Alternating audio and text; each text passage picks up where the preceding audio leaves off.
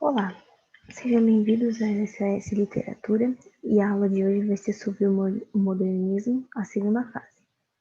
Vamos uma pequena introdução antes de entrar mais a fundo nesse movimento. Então, essa segunda fase foi rica tanto na prosa quanto na poética, o que é diferente, né, de outros movimentos, como o parnasianismo, que só teve uma grande produção na poesia. A poesia estava voltada para o sentimento humano e se questionavam sobre a existência humana, juntamente com a compreensão do local, do mundo e do local que os seres humanos têm no meio deste mundo turbulento. É quase existencialista, né? É o local do ser humano no meio deste mundo, né? Desse mundo complexo. Isso são as características da poesia. Agora, a prosa, ela está voltada para a crítica social e levava em consideração os retratos das regiões do país, ou seja, o regionalismo, como uma forma de denunciar os problemas sociais de cada região, trazendo uma reflexão sobre a solução do problema. Então, apresenta reflexões a respeito da realidade do povo brasileiro, abordando o nacional por meio dessas reflexões com textos em formato de linguagem mais próxima do popular. Então, eles trazem também uma linguagem do povo mesmo, do popular, do pessoal, do povo brasileiro mesmo.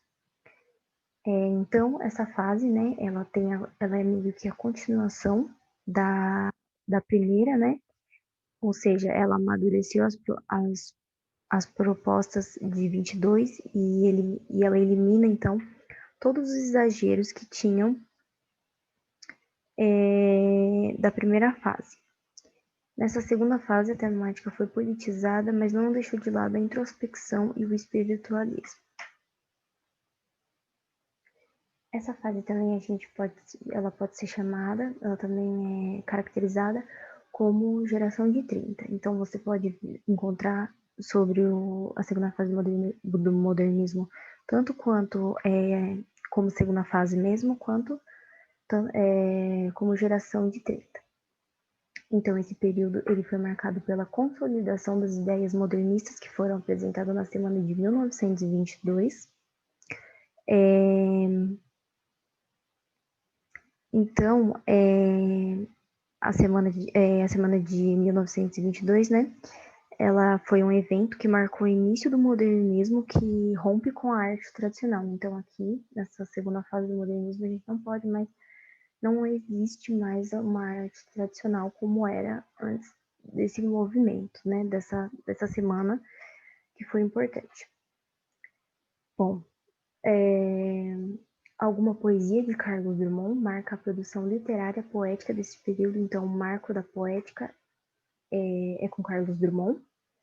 E A Bagaceira, de 1928, a publicação deste romance regionalista de José Américo de Almeida, então marca a prosa desse movimento.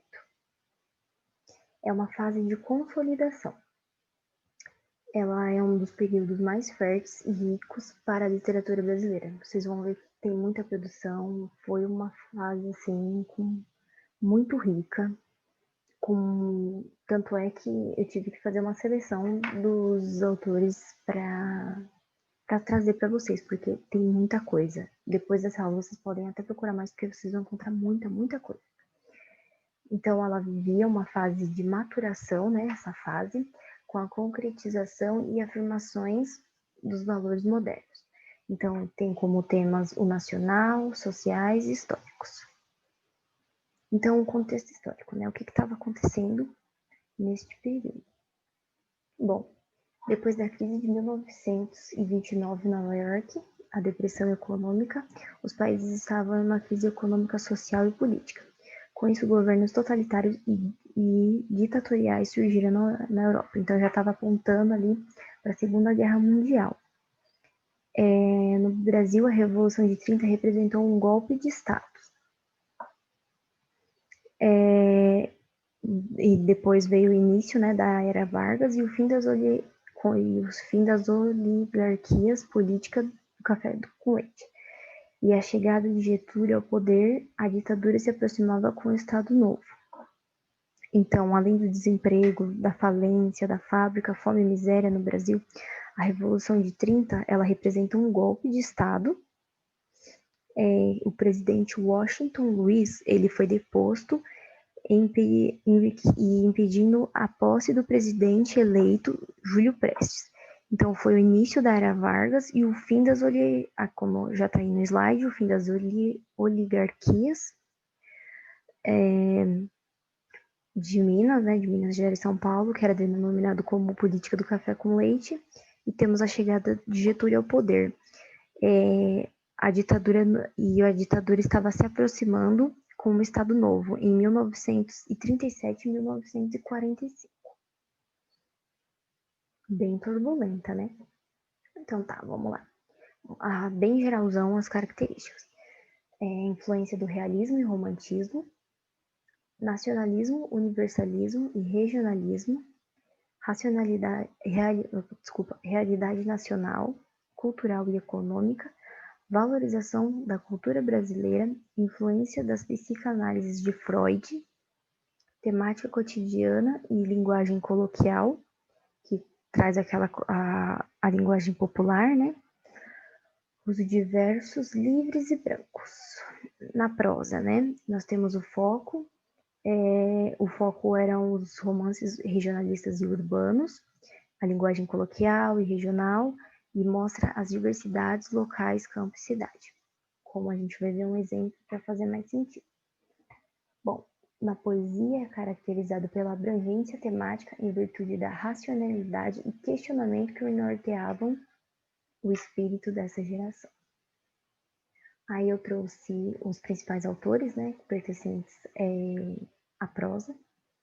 Nós temos, então, a prosa, né, a prosa de 30, nós temos José Américo de Almeida, autor do romance A Bagaceira, em 1928, é o marco da prosa de 30, que é aquele lá que eu disse no começo. Nós temos Graciliano Ramos, que se destaca com o romance regionalista Vida Seca. Guardem esse nome, que nós vamos... Spoiler, nós vamos falar um pouquinho sobre esse livro hoje, que é tão importante. Jorge Amado, importante desenvolvimento da prosa regionalista e urbana com os romances O País do Carnaval, Cacau e Capitães de Areia, de 1937. Ou seja, nós podemos ver que essa questão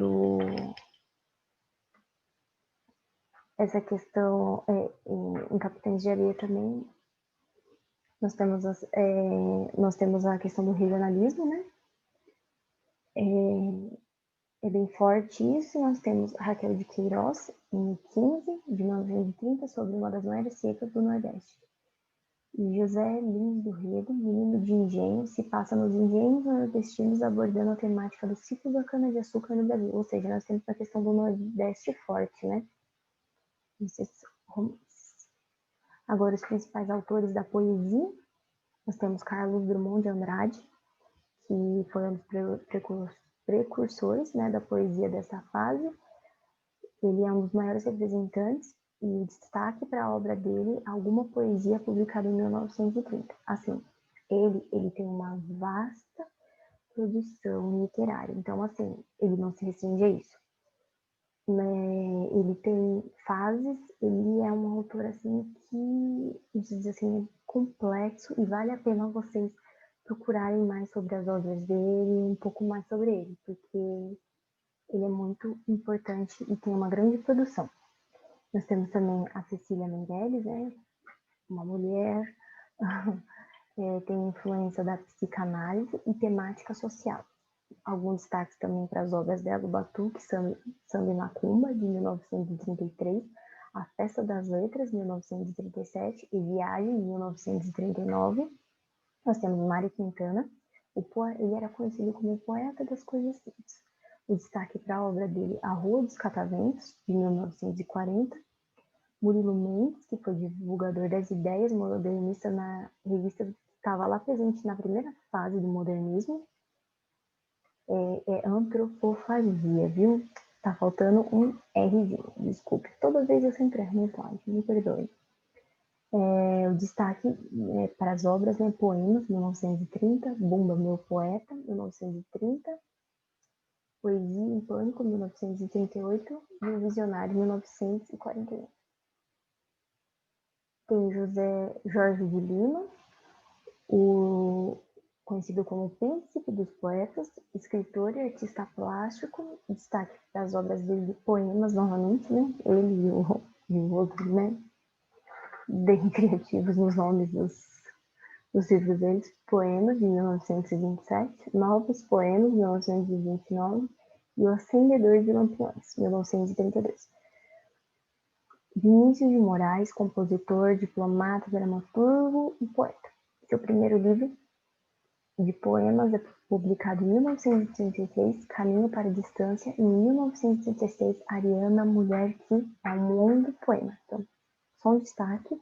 Eu aconselho vocês procurarem mais sobre esses autores, que são muito importantes.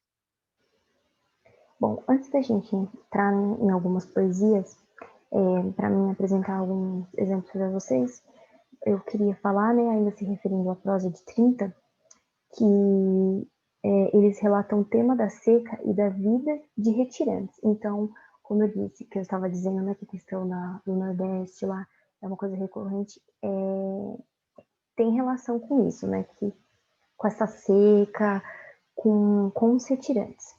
Eles abordam diversos aspectos do sertanejo e problemas com a seca do Nordeste, a fome e a miséria dos retirantes. Então, isso é uma das temáticas da prosa de 30, que eu esqueci de me falar lá na parte da prosa. Então, nós vamos agora para algumas poesias, né? Alguns exemplos. Eu escolhi, como tem uma vasta produção, eu escolhi dois autores de poesia. Eu trouxe dois do Carlos Drummond e dois de Cecília Meirelles, mas eu aconselho mais uma vez, vou repetir para vocês irem atrás, lerem mais poemas. Inclusive, eu vou colocar lá no Classroom para vocês lerem, para vocês terem contato. Qualquer dúvida também, vocês mandam lá no Classroom para a gente, que nós vamos ajudar vocês, porque é muito importante vocês conhecerem as obras, os poemas, os textos, conhecer diretamente esses textos. Porque aqui eu só trago um exemplo, porque não tem como trazer todos, infelizmente, mas só para vocês terem um gostinho, para vocês procurarem mais. Bom, então vamos lá. Vamos lá. No meio do caminho, Carlos Drummond de Andrade. No meio do caminho tinha uma pedra. Tinha uma pedra no meio do caminho. Tinha uma pedra. No meio do caminho tinha uma pedra. Nunca me esquecerei desse acontecimento na vida de minhas retinas tão fadigas. Nunca me esquecerei que no meio do caminho tinha uma pedra. Tinha uma pedra no meio do caminho. No meio do caminho tinha uma pedra. Bom, esse poema ele foi publicado em 1928 na revista da Antropofagia. Lembra que o moço lá escrevia lá? Então ele expressa o espírito modernista que pretende aproximar a poesia do cotidiano. Então você vê que ele parte de uma pedra. Está falando de uma pedra no meio do caminho. A poesia não tem que ficar tão limitada aos formatos tradicionais e pode versar sobre qualquer tema, até mesmo uma pedra. Então, o modernismo traz muito essa questão, né? De que não precisa ser algo assim. Você pode pegar uma coisa simples e fazer poesia, principalmente o Carlos Drummond. Ele traz bastante coisa do nosso cotidiano, coisas simples que, tipo, ele consegue expressar, consegue fazer uma poesia maravilhosa. Aí eu peguei Quadrilha, também do Carlos Drummond de Andrade. Vamos ver então. João amava Teresa, que amava Raimundo, que amava Maria, que amava Joaquim, que amava Lili, que não amava ninguém. João foi para os Estados Unidos, Teresa para o convento. Raimundo morreu de desastre, Maria ficou para a tia, Joaquim suicidou-se e Lili casou com J. Pinto Fernandes. Não tinha entrado na história. Bom, então é quase uma metáfora, né, de que ele usa dessa questão da quadrilha, essa dança, né, é uma metáfora do amor como uma dança onde os pares se trocam. Então, dá pra gente perceber nessa construção, ou seja, também traz essas coisas da regionalidade, né? Essa coisa da quadrilha, e no final, a única que consegue, né, se casar, né, que se dá bem é a Lili, né? Então, é muito interessante a construção, vocês podem perceber, né, como só com esses dois quebra, né, um pouco dessa questão da poesia tradicional, né? Vocês veem que os versos, né, não são iguais os das poesias mais clássicas, né, como no parnasianismo, por exemplo, né, que tinha aquela métrica, tinha que estar perfeito, só que assim, não perde em nada, né, a qualidade poética do autor. É uma construção, assim, bem interessante. E a construção que mais é legal nesse poema é a construção da quadrilha, esse jogo que faz, né, que se alguém já dançou, né, quadrilha, sabe, né, que vai trocando, vai dançando, então é muito interessante. Bom, agora nós vamos, né, para Cecília Meirelles, vamos ler então o poema Motivo. Eu canto porque o instante existe e a minha vida está completa. Não sou alegre nem sou triste, sou poeta. Irmão das coisas fugidias, não sinto gozo nem tormento. Atravesso noites e dias no vento. Se desmorono ou se edifico, se permaneço ou me desfaço. Não sei, não sei. Não sei se fico ou passo. Sei que canto e a canção é tudo. Tem sangue eterno, a asa ritmada. E um dia sei que estarei mudo, mais nada. Então, essa poesia, né? Ela é a primeira poesia que foi publicada no livro Viagem, né? Que eu citei lá, que foi publicado em 1939. A gente pode dizer que se trata de um metapoema, né? Que se volta para o processo de construção. Então, ela tá, tipo assim, o livro ali tá falando sobre disso ali, sou poeta, né? É um poema também existencialista e trata dessa transitoriedade da vida com certo grau de melancolia. Então, traz também antítese, né, que são as ideias opostas, na parte do alegre, né, do triste, noite, dias, tem a musicalidade também. E também possui verbos do tempo presente, do indicativo, que ele demonstra que o eu lírico, né, ali, que ele quer evocar o aqui e o agora. Esse é conhecido, né, porque é voltado para o público infantil, porque a Cecília também tem uma produção nessa área, ela era, inclusive, professora também, e quem não conhece, né, este poema que faz, né, parte da nossa vida, né, você se lembra dele, né, quando você precisa fazer alguma decisão importante, né, ou isso ou aquilo. Bom, vamos lá. Ou se tem chuva e não se tem sol, ou se tem sol e não se tem chuva, ou se calça a luva e não se põe um anel, ou se põe um anel e não se calça a luva. Quem sobe nos ares não fica no chão, quem fica no chão não sobe nos ares. É uma grande pena que não se possa estar ao mesmo tempo nos dois lugares. Ou guardo dinheiro e não compro doce, ou compro doce e gasto dinheiro, ou isto ou aquilo. Ou isto ou aquilo, e vivo escolhendo o dia inteiro, não sei se brinco, não sei se estudo, se saio correndo eu fico tranquilo, mas não consegui entender ainda qual é melhor, se é isto ou aquilo. Então, ou isto ou aquilo, né? Esse poema, ele é importante, que ele até leva o nome, né, do livro que reúne 57 poemas, que foi lançado em 1964. Então, aqui, né, a gente tem esse jogo, né, de palavras, né, que esse poema mostra, né, que uma escolha, se você escolhe algo, você vai perder algo. Não tem como você ter tudo, né? Como você alcançar tudo. Toda escolha pressupõe uma perda de um lado. E isso é muito interessante, né? De uma forma bem simples, né? Ela consegue retratar isso.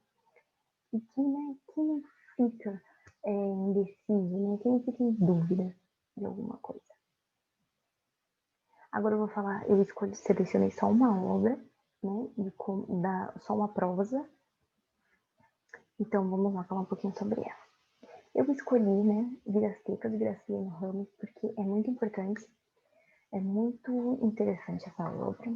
Temos aqui já na capa, né, o cachorrinho, né, a baleia. Bom, essa obra ela retrata a pobreza e dificuldades dos retirantes no sertão nordestino. Ela vai narrar então a história de Fabiano e sua família. Então, o Fabiano e sua família, eles estão fugindo da seca no sertão nordestino, até que eles chegam numa fazenda abandonada, em que acontece um momento, né, finalmente chove, e aí o dono dessa fazenda acaba aparecendo. E aí contrata o Fabiano como vaqueiro. No meio disso acontecem algumas coisas, como o Fabiano é preso, aí nós temos o sonho, né, para retratar essa pobreza, né, sem contar o fato, né, já de retratar a seca, né, e deles estarem presos, deles terem que se abrigar, né, numa fazenda, num lugar desconhecido, já retrata uma certa pobreza, né, então,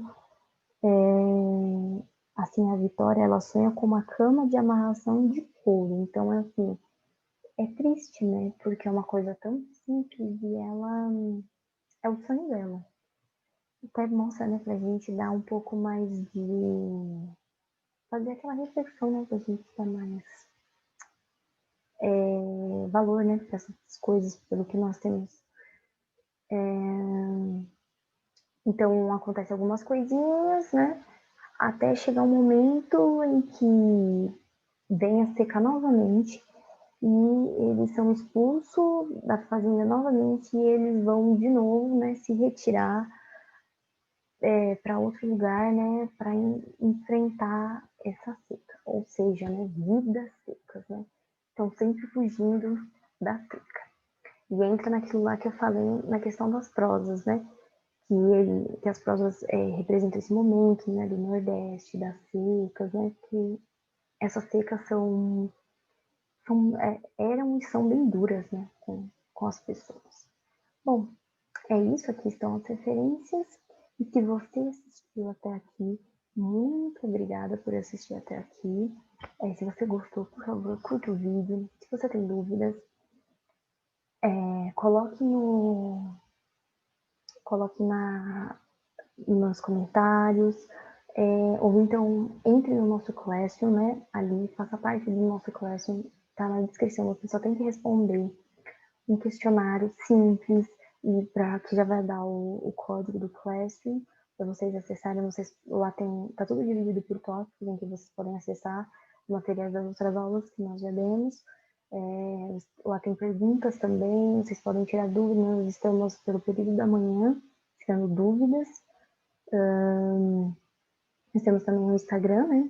Nos siga lá, SOS_literatura, e também nós temos um quiz na descrição desse vídeo para você exercitar um pouco do que você viu nesta aula. Também, se vocês puderem compartilhar com os amigos, né? Seria muito, muito bom. E é isso. Muito obrigada por acompanhar até aqui e até.